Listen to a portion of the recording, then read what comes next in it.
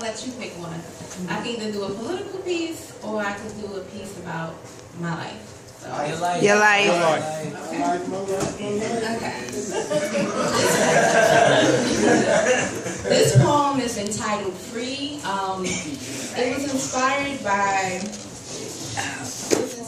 by my brother's group called the Audio Bodies. They have a song out called Free. But I was listening to that song one day and this piece came to mind. Okay. Free. I've been fighting the tears, so I decided to write. Instead of with fists, I decided to use my pen tonight. The rage of my clenched fist banging on this box. I gotta break free as the audio bodies rock. In the background plays the soundtrack of my life.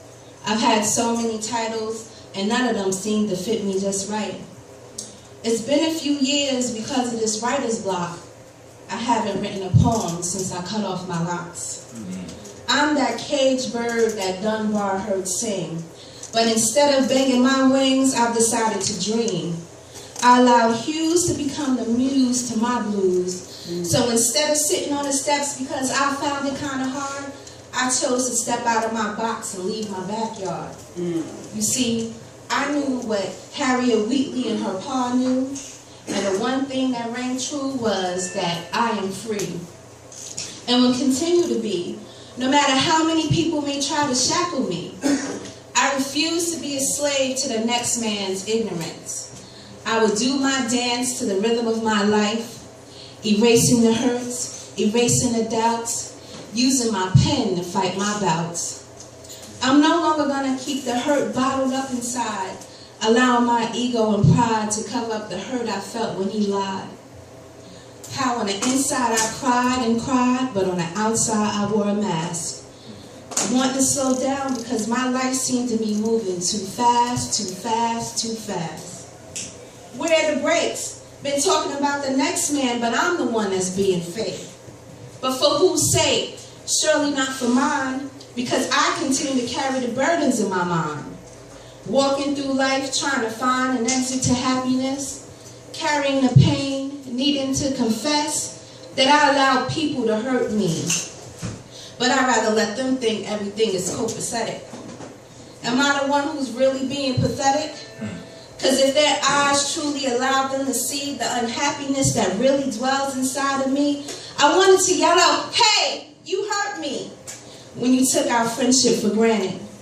But instead, a seed of misery in my soul became planted, making me grow weary and old before my time. But it's not in my nature to drop a dime as the words no snitching came to mind. So I decided to take my exit, which was somewhere between Lady Sings the Blues and one of Mary J's songs. Or perhaps it was even Erykah Badu. Wherever it was, I decided to make myself all over brand new. I looked in the mirror and uttered those 3 words, I love you, I love you, I love you. So whatever you heard about me no longer holds true, unless those words encompass the newfound me, which are the greatest words that can ever be. Those are the words filled with love and compassion, or any of those great words your mind can fashion. Those are the ones that I've embraced after all the challenges that I had to face. So I'm ready to go collect my box and carry it to the landfill so it can become compost. Not to the recycling plant where it can find a new host, because equality doesn't live there anymore. My wings have healed and I'm ready to soar. I feel so free. Now you can continue to be blinded by your fantasies, but just know that I am free.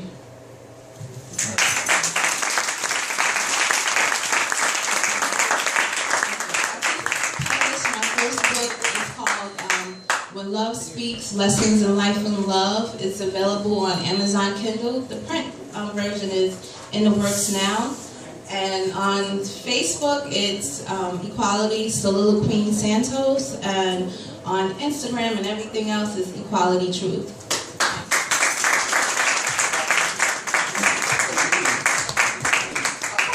I want to hear a little bit more. I want you to elaborate a little bit more on your name and how you came up with your name, your pen name.